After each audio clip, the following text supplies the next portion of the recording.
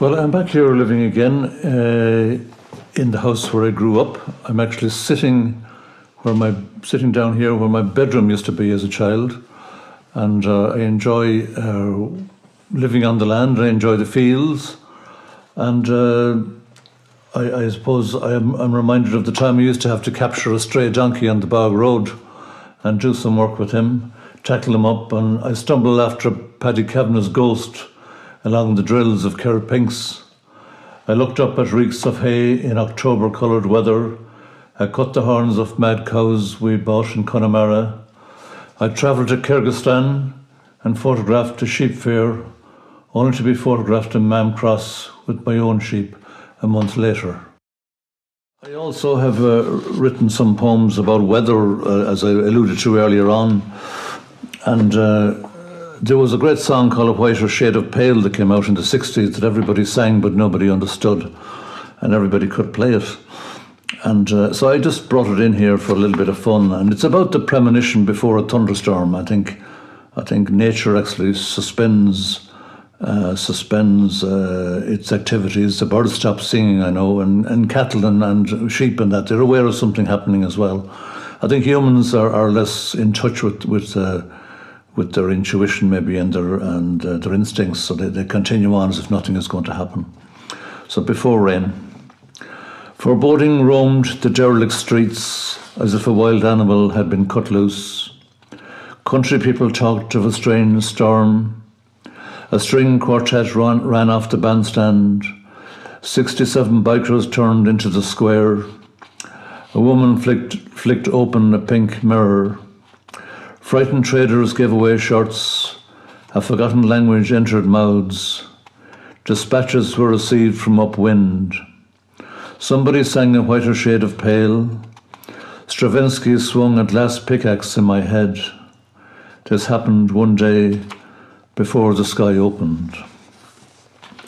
So that's just my interpretation of kind of the mood, I suppose, before a storm. And I think Beethoven actually tries to capture it in his Pastoral Symphony, the sixth, I think it is. Captures it much better than I could possibly.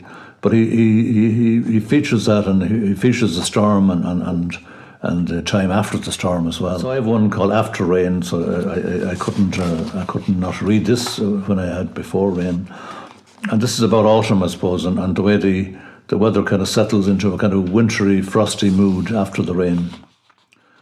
Coming home that Sunday evening after the long drive, we passed an old house under a low hill.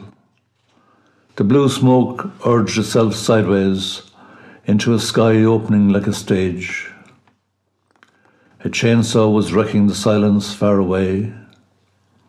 The fat man with the white coat passed by on a Honda 50.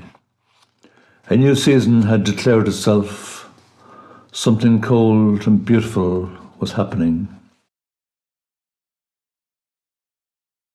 Again, just going back to music, I wrote this piece called Polonaise, and it's more of a nocturne really than a polonaise.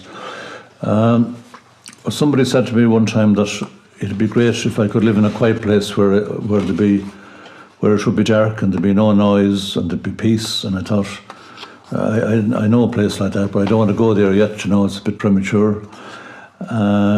But getting away from everything, I suppose, is what we desire often. And this is, again, a tribute to Chopin. Scar silence with faint music from a sick childhood. Darkness with the silhouette of a lost love. Isolation in the company of a woman who lost peace.